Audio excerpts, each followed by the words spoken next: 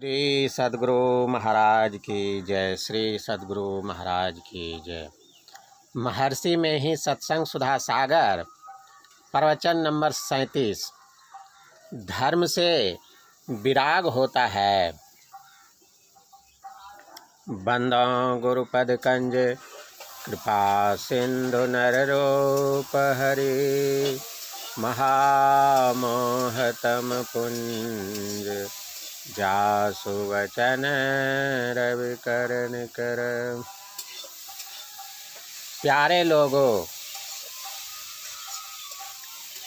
इतिहास भी कुछ कुछ सुनना चाहिए, इसलिए कि जो कोई अच्छे अच्छे कर्म किए हैं उनके कर्मों का इतिहास सुनकर अच्छे अच्छे कर्म करने की इच्छा होती है।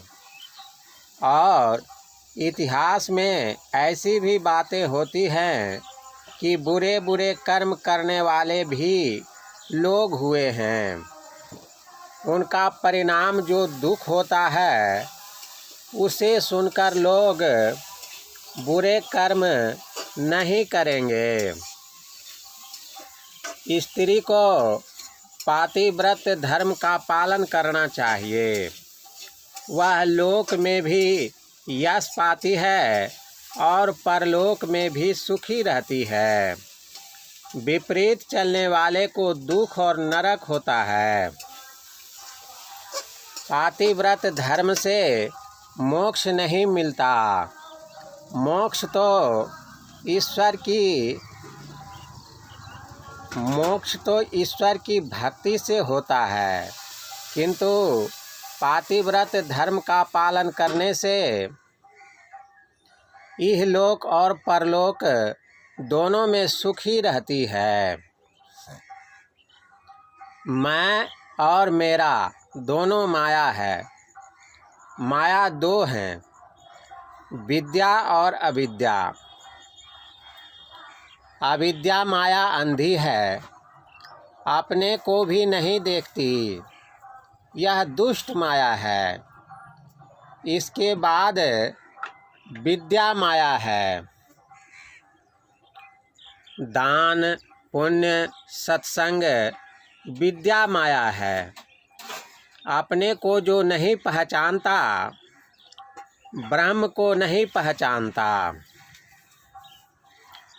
माया को नहीं पहचानता, वह जीव है। ईश्वर वह है जो माया को अपने अधीन रखता है। जीव को बंधन और मुक्ति दोनों दे सकता है। ज्ञान किसको कहते हैं? जो सब में एक ईश्वर को देखता है। विराग वह है जो त्रैगुण ब्रह्मा विष्णु महेश की शक्ति को तुच्छ समझता है। उसमें जो आसक्त नहीं है, विरक्त वही है। ज्ञान से मुक्ति, योग से ज्ञान और धर्म से विराग होता है।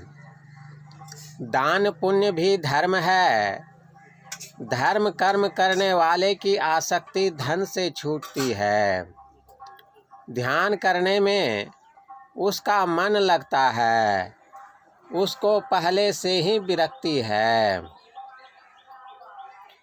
तुम्हारा शरीर समुद्र है, लंबा 3.5 हाथ, चौड़ा 1 हाथ देखने में आता है, किंतु यह समुद्र है, इसका अंत नहीं मिलता। संत इसका अंत करते हैं। शरीर का अंत पाकर ही कोई संत होते हैं। मृतक होकर रहना, इंद्रियां मृतक देह में निश्चेष्ट रहती है। इसी प्रकार साधना में जिसकी इंद्रियां निश्चेष्ट है वह मृतकवत है। जो मृतक है वही इस शरीर रूपी समुद्र में डुबकी लगा सकता है।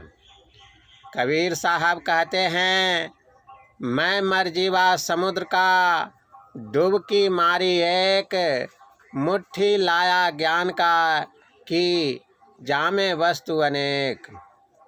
कबीर साहब कहते हैं, जो शरीर समुद्र के समान गहरा है, मैंने उसमें ध्यान द्वारा डुबकी लगाई, अर्थात इस शरीर के अंतर में प्रवेश किया तो वह वस्तु परमात्मा प्राप्त हुई, जिसमें अनेक प्रकार की चीज़ें भरपूर हैं। फिर कहते हैं, डुबकी मारी समुद्र में निकसा जाए आकाश, गगन मंडल में घर किया हीरा पाया दास। अर्थात डुबकी शरीर रूपी समुद्र में मारते हैं और आकाश में निकलते हैं। यह तो भजन करने से मालूम होगा। भक्त वह है जो ईश्वर को पाने का यत्न है, उसको करता है। जो कोई अपने अंदर में अच्छी तरह से ध्यान करता है, उसी को ईश्वर मिलता है। एक बार ईश्वर मिलने से फिर हराता नहीं है। और चीज़ें मिलकर हरा जाती है, किंतु यह हराता नहीं है। इसलिए नित्य ध्यानाभ्यास करना चाहिए, सत्संग करना चाहिए, इसमें गफलत नहीं करनी चाहिए। जिस प्रकार पत्नी के लिए एक पातिव्रत धर्म है, उसी प्रकार पुरुष को भी एक पत्नीव्रत धर्म का पालन करना चाहिए।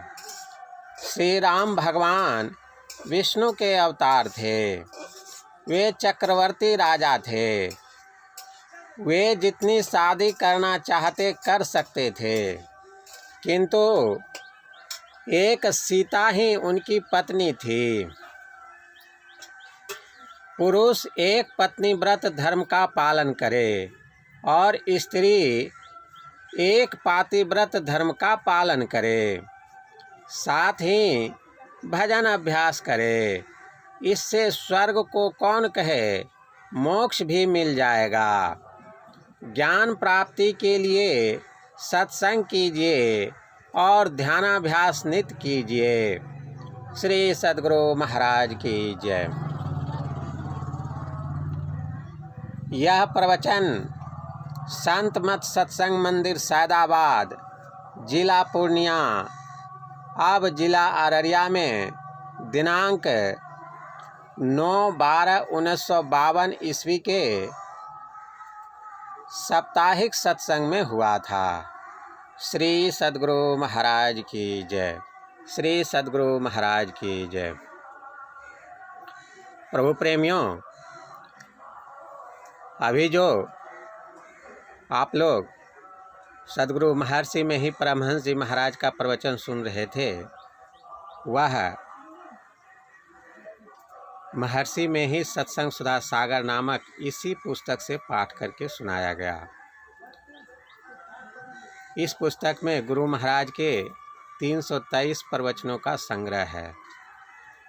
इसका दूसरा भाग भी है, जिसमें बाकी प्रवचनों का संग्रह है।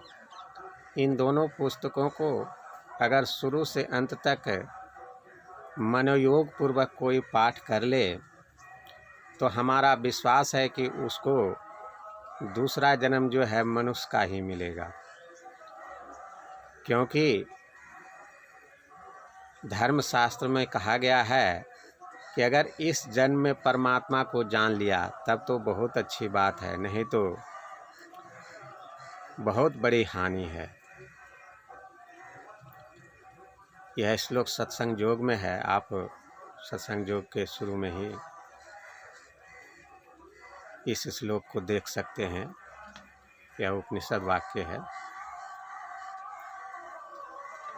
तो गुरु महाराज और संत महात्मा लोग इस का व्याख्या करते हुए कहते हैं कि अगर कोई बौद्धिक रूप से भी ईश्वर के स्वरूप को समझ जाए तो उसको मनुष्य का ही शरीर मिलेगा। इस पुस्तक में ईश्वर का स्वरूप और ईश्वर भक्ति के बारे में इतना अच्छी तरह से बहुत जगह दिए गए प्रवचनों में समझाया गया है, जिससे कि इसको 1-2 बार शुरू से अंत तक पाठ कर लेने से हमको पूरा विश्वास है कि लोगों को ईश्वर का स्वरूप समझ में आ जाएगा कि ईश्वर का स्वरूप कैसा है, उसकी भक्ति कैसे करनी चाहिए। तो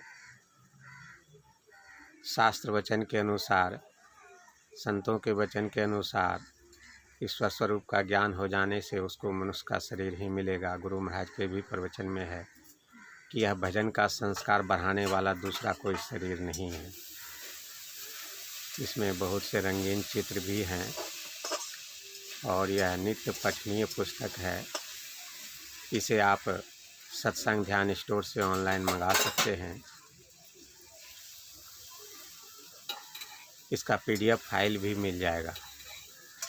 यह पुस्तक बृहदाकार में है तो महंगी है। इस पुस्तक का छोटा छोटा भाग भी उपलब्ध है। जो सत्संग सुधा नामक अगल बगल में आप पुस्तक छोटी छोटी देख रहे हैं, तो उसमें किसी में 16 प्रवचन, किसी में 20 प्रवचन है। तो उन छोटी छोटी पुस्तकों को भी पहले मंगा कर पढ़ें और बाद में यह वृद्धाकार ग्रंथ भी मंगा करके पाठ करें। तो अगर आप इस शरीर छूटने के बाद मनुष्य का ही शरीर चाहते हैं तो इस काम का हमको लगता है इससे आपको गारंटी हो जाएगी। जैसा साधु महात्माओं का शास्त्रों का वचन है उसके अनुसार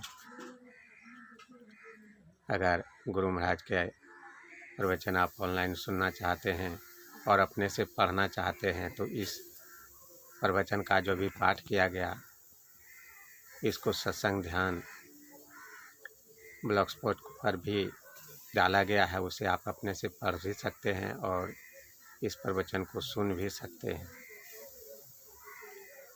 तो इस चैनल को सब्सक्राइब कर लें क्योंकि गुरु महाराज का प्रवचन वगैरह इस पर डालते रहते हैं। इस प्रवचन को सुनकर आपको क्या फ़ायदा हुआ इसके बारे में भी हमें कमेंट करके बतावें, तो हमें खुशी होगा कि कुछ लोग इससे लाभ ले रहे हैं। जय गुरु महाराज।